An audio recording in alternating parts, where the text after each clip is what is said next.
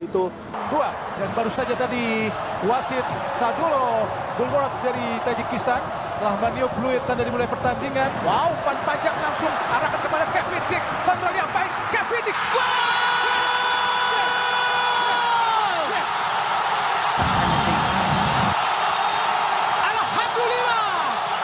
Benar-benar gila, lebih dari 149 stasiun televisi luar negeri menyiarkan laga Indonesia vs China di Stadion Gelora Bung Karno, sungguh menggetarkan dunia sepak bola. Sementara itu laga ASEAN All-Star vs Manchester United dikabarkan penonton sepi tanpa siaran televisi luar negeri. Datuk Juhari stres.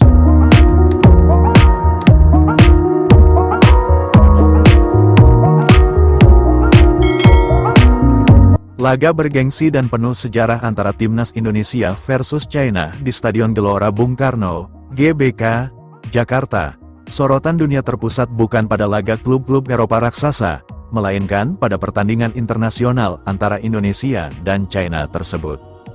Sorak-sorai 80.000 penonton menggema di Stadion GBK, namun yang lebih mencengangkan adalah fakta bahwa pertandingan ini disiarkan langsung oleh lebih dari 149 negara di seluruh dunia. Sebuah capaian luar biasa bagi laga yang melibatkan negara-negara Asia. Fenomena ini menarik perhatian para peneliti media olahraga dan pengamat geostrategi siaran televisi global. Laga Indonesia vs China bukan sekadar pertandingan sepak bola biasa, namun ia menjadi panggung yang menunjukkan perubahan paradigma dalam minat dan orientasi siaran olahraga dunia. Negara China dan Indonesia adalah dua negara dengan populasi terbesar di Asia dan termasuk yang terbesar di dunia. Kombinasi populasi lebih dari 1,6 miliar jiwa menciptakan daya tarik pasar siaran yang luar biasa besar bagi stasiun televisi mancanegara. Berbagai jaringan media dari Asia Timur, Eropa, Timur Tengah hingga Amerika Latin berlomba-lomba membeli hak siar demi menjangkau segmen diaspora dan penonton yang haus akan narasi rivalitas Asia yang segar dan kompetitif. Dalam laporan dari International Broadcast Monitoring Agency, IBMA, disebutkan bahwa pertandingan ini masuk dalam daftar 10 besar laga sepak bola internasional dengan jangkauan siaran terluas di luar kalender FIFA resmi, menandingi laga-laga besar seperti Brasil vs Argentina atau Jerman vs Belanda. Sebaliknya, pertandingan yang mempertemukan ASEAN All-Star dengan Manchester United, meskipun melibatkan nama besar dari Premier League, justru mengalami ironi siaran. Walau sempat dinanti oleh penggemar lokal, pertandingan ini tidak disiarkan secara langsung oleh stasiun televisi luar negeri manapun, kecuali dalam format rekaman terbatas, membuat Ketua FAM baru Datuk Juhari stres. Menurut studi yang dirilis oleh Asian Sports Media Review, alasan utamanya adalah rendahnya relevansi kompetitif. Manchester United tidak menurunkan skuad utama, sementara ASEAN All-Star bukan entitas tetap yang punya basis fans solid. Akibatnya, pertandingan ini dinilai lebih sebagai laga eksibisi ketimbang duel bergengsi. Dalam perspektif naratif kultural, laga Indonesia vs China menyajikan lebih dari sekadar sepak bola, ia adalah simbol identitas nasional. Penonton Indonesia menyaksikan tim nasionalnya bertanding dengan semangat patriotik, dan atmosfer itu menjalar hingga ke pemirsa internasional. Para produser televisi dunia membaca ini sebagai peluang untuk menyajikan drama olahraga yang otentik, penuh emosi, dan memiliki elemen cerita yang kuat.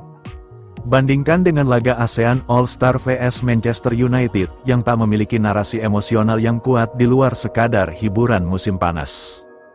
Keberhasilan menyiarkan laga Indonesia vs China ke 149 negara juga tidak lepas dari kemajuan teknologi siaran dan peran aktif Federasi Sepak Bola kedua negara dalam melakukan diplomasi olahraga.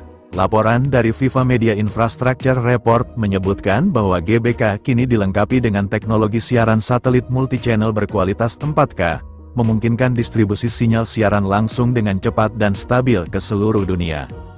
Hal ini menunjukkan bahwa laga internasional yang dikelola secara profesional, bahkan antara negara-negara non-Eropa, dapat menjadi magnet global. Pertandingan Indonesia vs China di GBK membuktikan bahwa peta siaran olahraga dunia kini tak lagi berpusat pada Eropa atau Amerika Latin. Ketertarikan dunia pada pertandingan ini mencerminkan perubahan pola konsumsi media global, di mana penonton kini lebih tertarik pada kisah otentik, pertarungan setara, serta identitas kebangsaan yang nyata.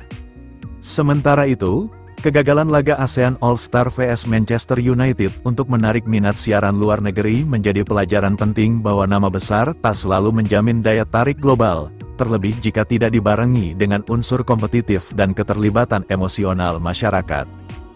Dalam era digital yang mengedepankan keunikan konten, justru laga seperti Indonesia vs China lah yang menjadi wajah baru dari diplomasi olahraga, membuktikan bahwa Asia bukan hanya pasar penonton, tetapi juga produsen drama olahraga kelas dunia.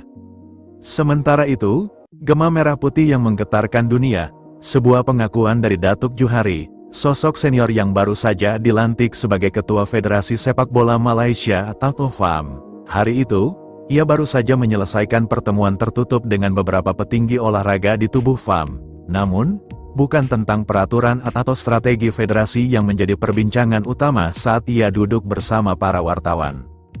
Topik yang mencuat justru adalah satu laga, Indonesia versus China. Sebuah pertandingan yang mengguncang benua, bukan hanya karena skor atau permainan, tetapi karena atmosfer yang tak biasa. Datuk Johari menghela napas, lalu berkata dengan suara dalam yang mengandung kejujuran seorang veteran olahraga.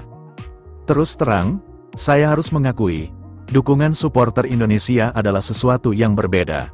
Mereka tidak hanya datang, mereka menciptakan gelombang. Dari lagu-lagu mereka, koreografi di tribun, sampai semangat yang tak padam meski tim dalam tekanan, itu bukan sekadar dukungan, itu adalah kekuatan moral. Kita di FAM bisa banyak belajar dari mereka. Mereka tidak hanya membangun tim, tapi juga membangun identitas nasional lewat sepak bola. Penonton mereka bukan cuma hadir, tapi menyatu dengan pertandingan, dan dunia memperhatikan. Andai ASEAN All-Star vs Manchester United nanti seheboh itu kita pasti senang dan bisa meraih keuntungan banyak, sambungnya. Para wartawan terdiam, kata-kata Datuk Johari bukan basa-basi, melainkan pengakuan jujur dari seorang yang telah puluhan tahun menyaksikan wajah sepak bola Asia. Yang lebih luar biasa, lanjutnya, adalah perhatian dunia. Saya mendapati sendiri laporan bahwa ratusan stasiun televisi dari Eropa, Timur Tengah, bahkan Amerika Latin menyiarkan laga itu secara langsung atau mengulasnya panjang. Itu luar biasa. Indonesia kini bukan hanya menarik perhatian ASEAN, tapi dunia. Ia berhenti sejenak, menatap jauh seolah membayangkan tribun yang bergemuruh, layar-layar televisi di berbagai benua, dan anak-anak muda dari berbagai negara yang mulai menyebut nama-nama pemain Indonesia. Saya pikir kita semua di Asia Tenggara perlu mengakui, sepak bola Indonesia bukan lagi sekadar kebangkitan, ini adalah ledakan. Mereka punya semangat, punya masa, dan kini punya panggung global.